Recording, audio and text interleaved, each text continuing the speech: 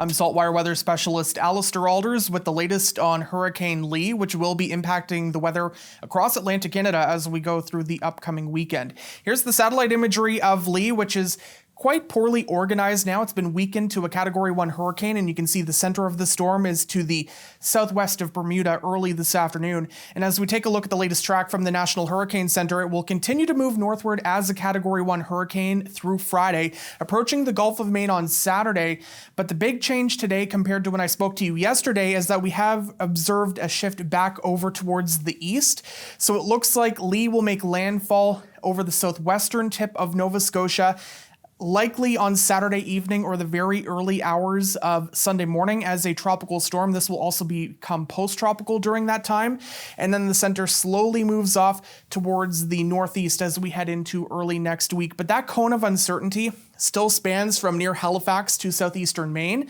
So we'll be keeping a close eye on the model guidance over the next few days. But the track is starting to solidify, so we can start talking more about the specific details. And we'll start with the weather timeline. And you can see that as we go through late Friday evening and into the overnight hours, we have rain and gusty winds developing along Nova Scotia's Atlantic coast. And that will spread northward into PEI and New Brunswick as we go through Saturday morning and into the afternoon.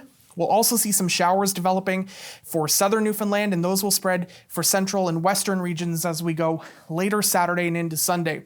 The center will move over the region on Sunday, still some lingering showers and gusty winds for the maritime provinces, and rain and wind across Newfoundland and Labrador. That will be building in. But as we go later in the day on Sunday, some gradual improvement through Nova Scotia, PEI, and New Brunswick, but still remaining a weather story for Newfoundland and Labrador as we go through Monday. The rain will start to ease on Monday, but the winds will remain strong for much of the day. As we take a look at this map, which highlights where we could see sustained tropical storm force winds, which would be 63 kilometers per hour or higher. The greatest risk is for the southwestern corner of Nova Scotia, where it's about 50 to 60 up to 70 or even 80% chance. That has been increasing throughout the day today, and I do think we will see tropical storm force sustained winds in the southwest corner of Nova Scotia. You'll see that in a moment. The chances, though, are lower elsewhere in the region and start to diminish as the center of that storm tracks over the region. So as we take a look at the wind gust outlook, you can see that on Friday evening, relatively light, but as we go through the overnight hours and through Saturday morning, the winds will start to pick up initially from the northeast, with winds gusting between generally 40 and 60 kilometers per hour, but some gusts up to 80 or even 90 kilometers per hour for southwestern Nova Scotia and the southwest coast of New Brunswick. And as we go throughout Saturday, winds could gust up to 110 or even 120 along those coastlines. Widespread gusts shifting over to the east and the southeast of around 50 to 80 kilometers per hour across the region on our Saturday. And those winds will remain strong as we go through Sunday. You can see 7 o'clock on Sunday morning, winds start to shift over to a more southwest and then westerly direction, but will still gust between 40 and 70 kilometers per hour. So as we take a look at how this will all play out in terms of peak wind speeds, in terms of sustained and gusts, you can see that the strongest winds will be along the south shore. This might have to be adjusted into coastal HRM, but certainly from around Lunenburg County down into the southwest corner of Nova Scotia towards Digby and southwestern New Brunswick is where we're looking at sustained winds of 30 to 50 inland, but 60 to 80 on the coast, and gusts will be anywhere from 90 to 120 kilometers per hour. Winds will be gusting upwards of 70 and 80 kilometers per hour for much of Nova Scotia, PEI, and as well for most of New Brunswick, and we could see some gusts up to 90 directly along the coast. So it will be a windy weekend.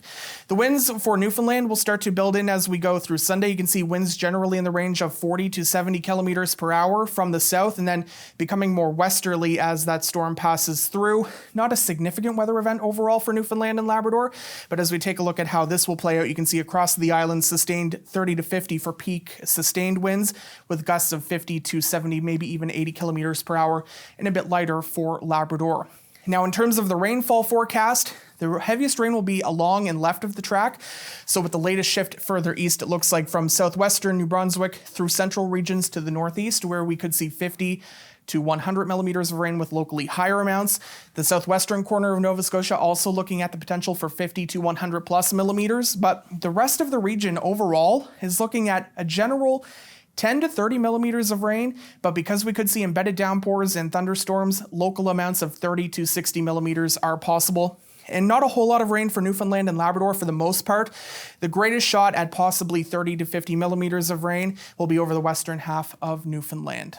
Now, waves will be a concern with this storm too. You can see building in well ahead of Lee as we go through Friday and into Saturday. But then watch as the storm starts to approach.